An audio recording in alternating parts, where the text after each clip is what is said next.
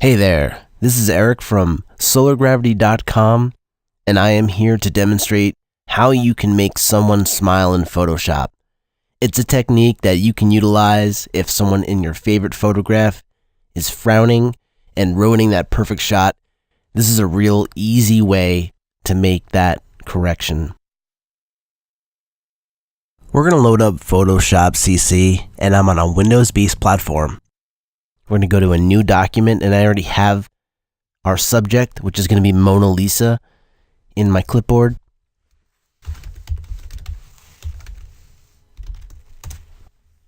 And we're going to simply paste her in.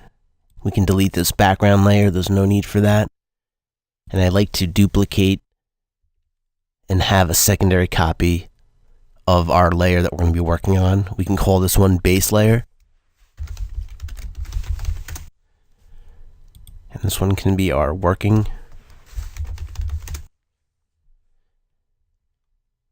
What we're going to do is we're going to zoom in a little bit just to take a look at this image here. We have enough resolution. This is a test image that you can download off of my site if you want to practice. It tends to make a pretty good subject to learn this technique. We're going to start off by selecting the lasso. And we're going to draw a lasso around her mouth. The outside layer, looking good. Definitely enough room to manipulate. What we're going to do is we're going to right click and we're going to go to feather. Sometimes you'll want to go 7 pixels, maybe up to 15. 12 is a good number for now. Let's select 12. That's going to create a nice feather pattern on this mask that we have here. And what we're going to do next is we're going to go up to edit and down to puppet warp. When you select puppet warp, you actually have to come up here and say show mesh. That will allow us to see the mesh that will be used for this distortion. And you're going to want to go to the density and select more points.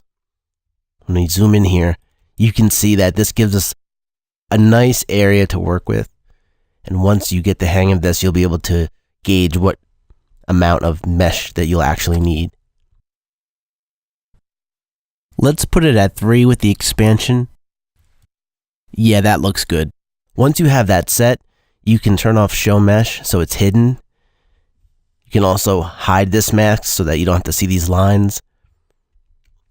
And what we're going to do is we're going to come along and trace around the outside of her mouth with some points. You know, you're going to want to make sure that they're not too close together, but you definitely want to cover around the area. That should be good there. You can see if we see show mesh, you can see that we're in that area. Sometimes you can leave the mesh on. When you can see the outline of her mouth and the outline of the points, it makes it easier to manipulate. Next, we're going to move our mouse over one of these pinpoints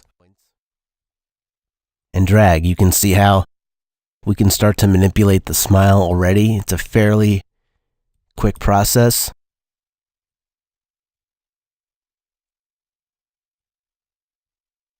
I'm going to exaggerate the smile a little bit so we can see exactly how it's used. And with each photo, you're going to need to